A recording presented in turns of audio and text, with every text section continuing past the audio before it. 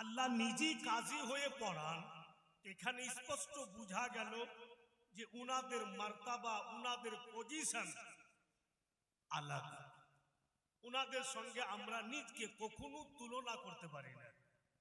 মুআজ্জাজ হযরত, আব দুনিয়ার বুকে বিয়ে হবে, তো নবী মুস্তাফা বলছেন, আলী বিয়ে তো তোমার দিব ফাতেমার সঙ্গে, তোমার কাছে টাকা পয়সা কিছু আছে? বিয়ে হবে তো খরচ যে হবে। হযরত আলী শেরে খোদা বলছেন, ইয়া রাসূলুল্লাহ, ইয়া হাবিবাল্লাহ, আমার কাছে কি আছে আর কি নেই সবই আপনি জানেন। ইয়া রাসূলুল্লাহ, তবে হুজুর আমার কাছে ঘোড়া আছে, যদি আপনার আদেশ হয় তো ঘোড়াটা বিক্রি করে দিই। নবী মুস্তাফা বলেন, আলী গো, ঘোড়া যদি বিক্রি করে দাও তো জিহাদের ময়দান তুমি কি নিয়ে যাবে? কিসের উপরে সওয়ার হয়ে যাবে? তাই আলী, তোমার ঘোড়া বিক্রি করা চলবে না। হযরত আলী শেরে খোদা বলেন, ইয়া রাসূলুল্লাহ, ইয়া হাবিবাল্লাহ, তবে আমার কাছে তলোয়ার আছে হুজুর। তলোয়ার যদি আপনি আদেশ করেন আমি তলোয়ার বিক্রি করে দিই। নবী মুস্তাফা বলেন, আলী গো, তলোয়ার বিক্রি করাও চলবে না, কারণ তলোয়ার যদি বিক্রি করে দাও তুমি কি নিয়ে জিহাদ করবে? হযরত আলী শেরে খোদা বলেন, ইয়া রাসূলুল্লাহ, তবে আমার কাছে একখানা ঢাল আছে, যদি আপনার আদেশ হয় তো আমি ঢাল বিক্রি করে দিই। নবী আমার বলছেন, আলী তুমি ঢাল বিক্রি করে দাও, তোমার ঘোড়া বিক্রি করিও না, তোমার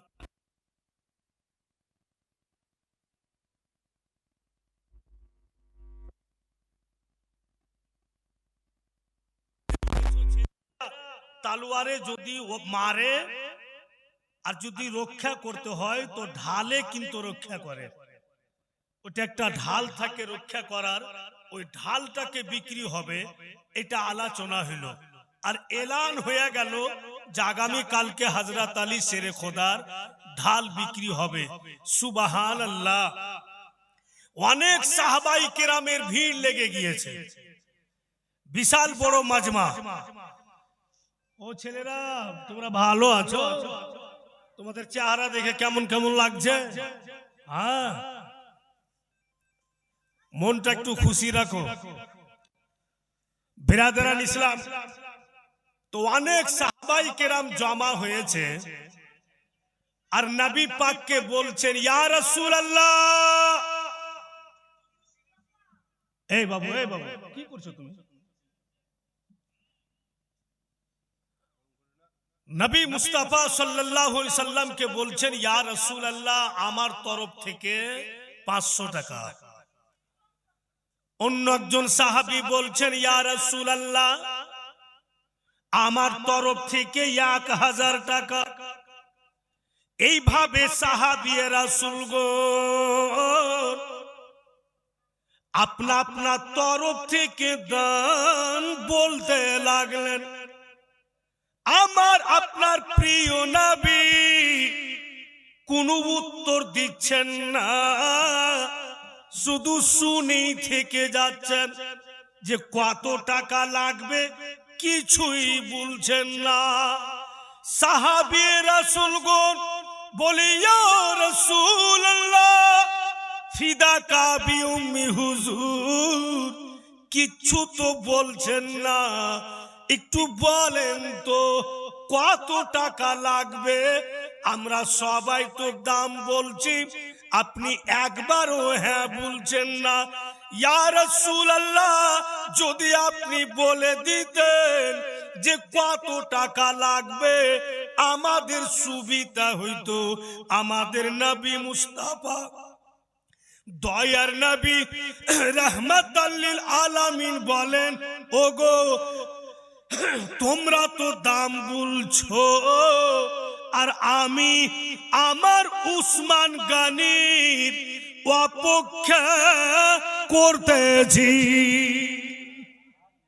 আমার উসমান গনি আসবেন, তবে ঢালের দাম ধার্য হবে। যতক্ষণ হযরত উসমান গনি না এসেছেন, ঢালের দাম ধার্য হবে না। তো ভাইরা, বন্ধু গণেরা আমার, সমস্ত সাহাবী রাসূল চুপ করে গেলেন, খামোশ হয়ে গেলেন। যে যখন হযরত উসমান গনির অপেক্ষা করছেন আকা মওলা, উনি আসবেন তবেই দামটা ধার্য। একটু পরে দেখছেন বাপু হযরত উসমান গনি রাদিয়াল্লাহু তাআলা আনহু, উনিও নবী পাকের জামাই। নবী পাকের দুই বেটির বিয়ে হযরত উসমান গনি রাদিয়াল্লাহু তাআলা আনহুর সঙ্গে একের পর এক হয়েছিল। প্রথমে হযরতে রোকেয়া যখন পর্দা করে গেলেন, তারপরে হযরতে কুলসুমের বিয়ে হযরত উসমান গনি রাদিয়াল্লাহু তাআলা আনহুর সঙ্গে হয়েছিল, বলে উনাকে হযরতে উসমান জুন্নুরাইন বলা হয়েছে। দুই মেয়ের সঙ্গে, নবী পাকের দুই বেটির সঙ্গে হযরত উসমান গনির বিয়ে হয়েছিল। উনি বিশাল পয়সাওয়ালা, উনার দৌলতের কমি নাই। আল্লাহ তাবারক ওয়া তাআলা উনাকে বেশুমার দৌলত দিয়েছিলেন। হযরত উসমান গনি রাদিয়াল্লাহু তাআলা আনহু ওই সাহাবায়ে কিরামের মাজমাতে এসে জোর আওয়াজে বলছেন, ইয়া রাসূলুল্লাহ,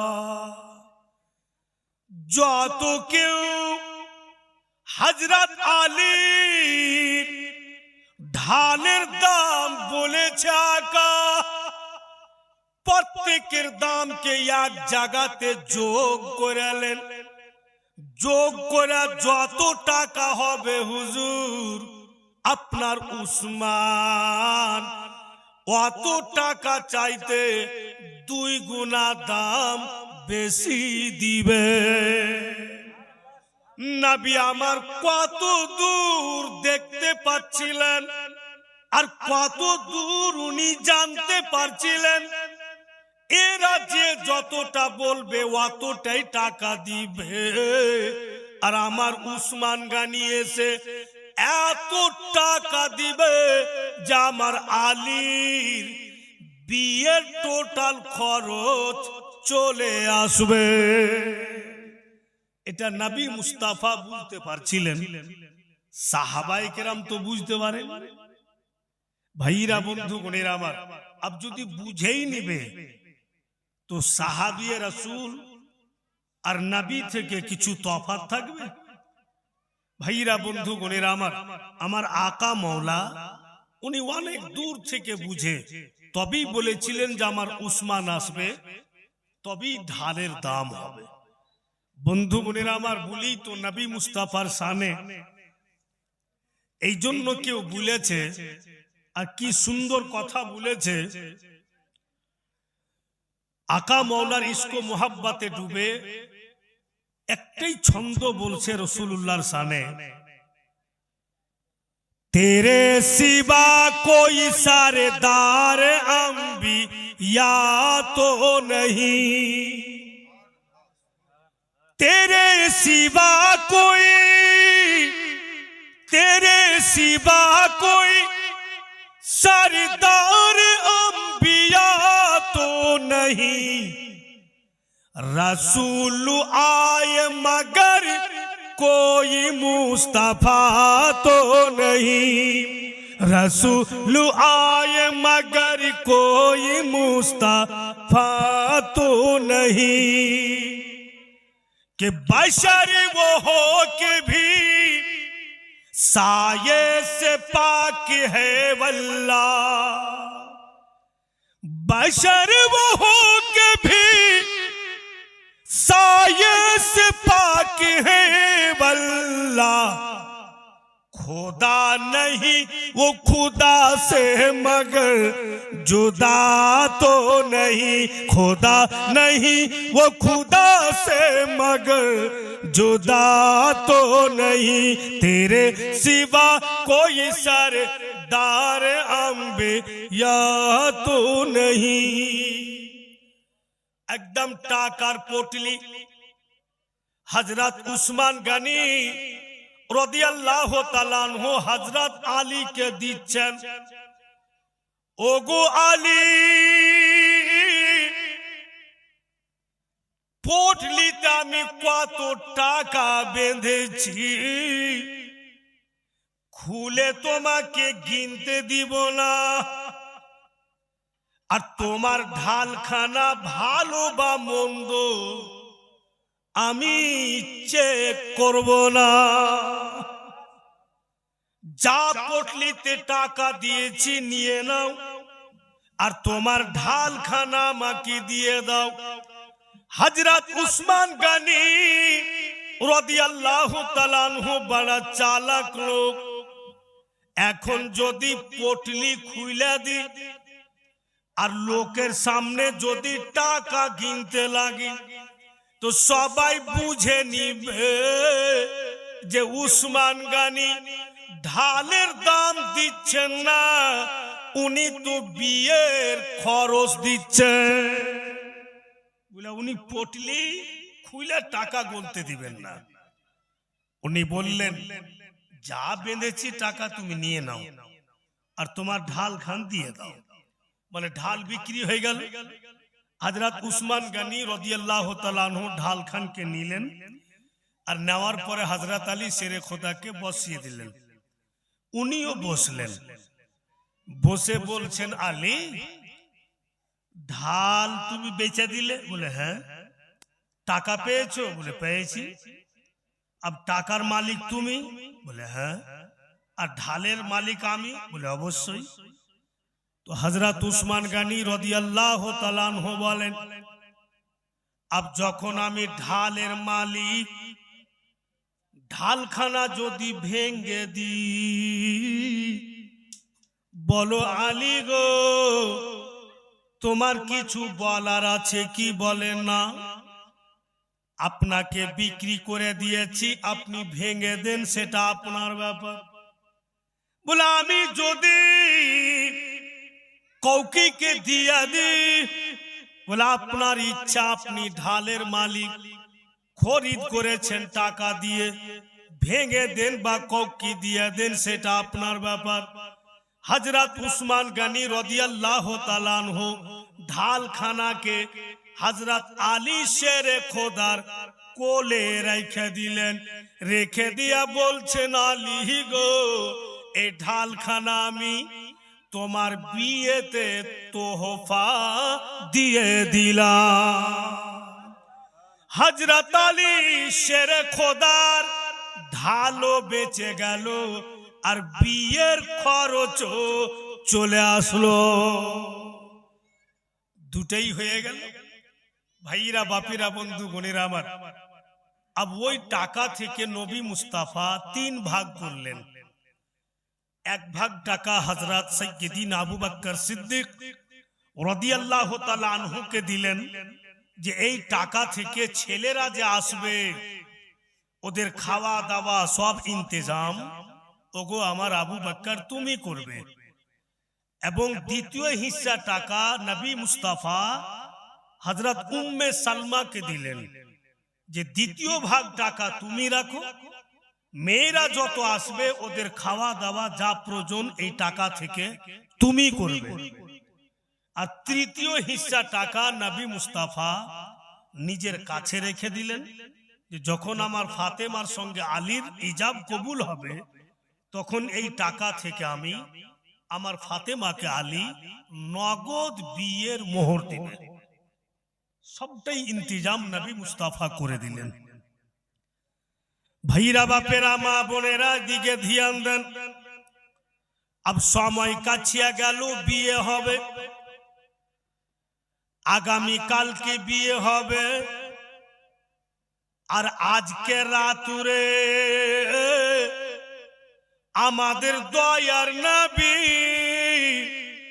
একদম গভীর রাত্রে এক পা দু পা করে বেটির ঘরে যান। কালকে আমার মেয়ের বিয়ে, আজকে আমার বেটিকে দেখি তো লাডলি দুলারি কি করতেছে। নবী মুস্তাফা যখন হযরত মা ফাতেমার ঘরে গেলেন বাপু, গিয়া দেখছেন নবী মুস্তাফা সাল্লাল্লাহু আলাইহি ওয়াসাল্লাম উনার লাডলি বেটিকে যেন যায় নামাজে বসে আল্লাহর ইবাদতে মগ্ন আছে, আল্লাহর ইবাদতে মগ্ন আছেন। আর উনি এমন ইবাদত গুজার বান্দি ছিলেন, উনার জিন্দেগির কিতাবে লিখছে উনি যখন নফলি ইবাদত করতেন রাত্রে, নবী পাকের লাডলি হাসনান করিমাইনের মা, তো বাপু নফলি ইবাদত করতে করতে গোটা রাত কেটে যেত। আর যখন ফজরের আজান শুনতে পেতেন তিনি বলতেন, আল্লাহ তুমি এত ছোট ছোট রাত বানিয়ে দিয়েছো যে তোমার রাত শেষ হয়ে যাচ্ছে কিন্তু ফাতেমার ইবাদত শেষ হয়ে যাচ্ছে। নবীর বেটি খাতুনে জান্নাত, আর সারা সারা রাত থেকে উনি ইবাদত করছেন, আল্লাহর বান্দেগি করছেন।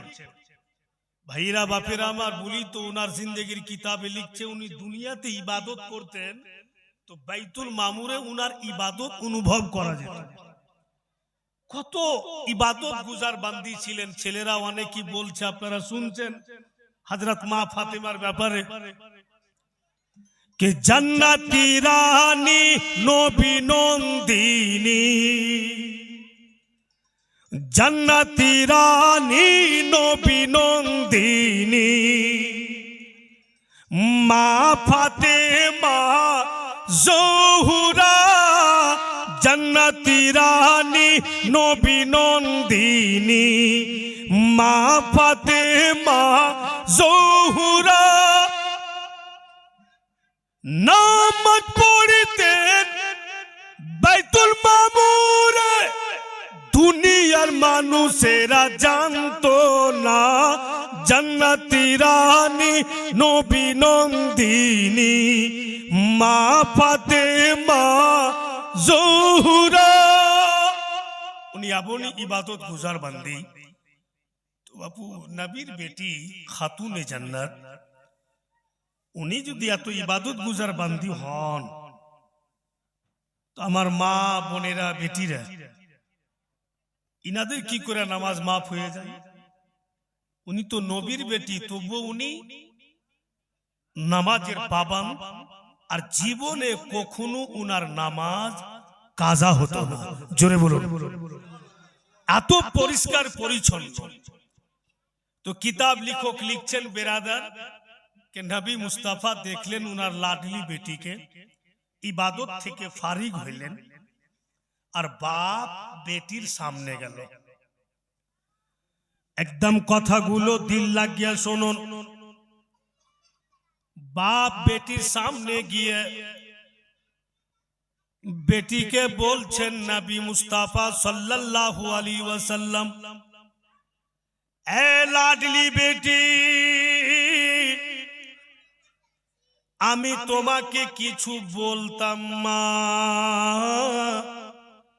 হযরত মা ফাতেমা বলছেন, আব্বা বলুন।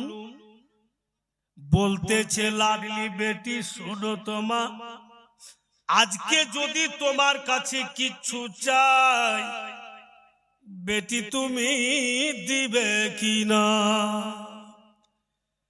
হযরত মা ফাতেমা রাদিয়াল্লাহু তাআলা আনহা নবী মুস্তাফার পবিত্র জুবানে এই শব্দ শুনে বলেন, আব্বা জান একটু ইশারা তো করুন, প্রয়োজন যদি পড়ে আপনার লাডলি আপনার জন্য কলেজা বের করে দিবে। ও ভাইরা বাপিরা মা বোনেরা বেটিরা,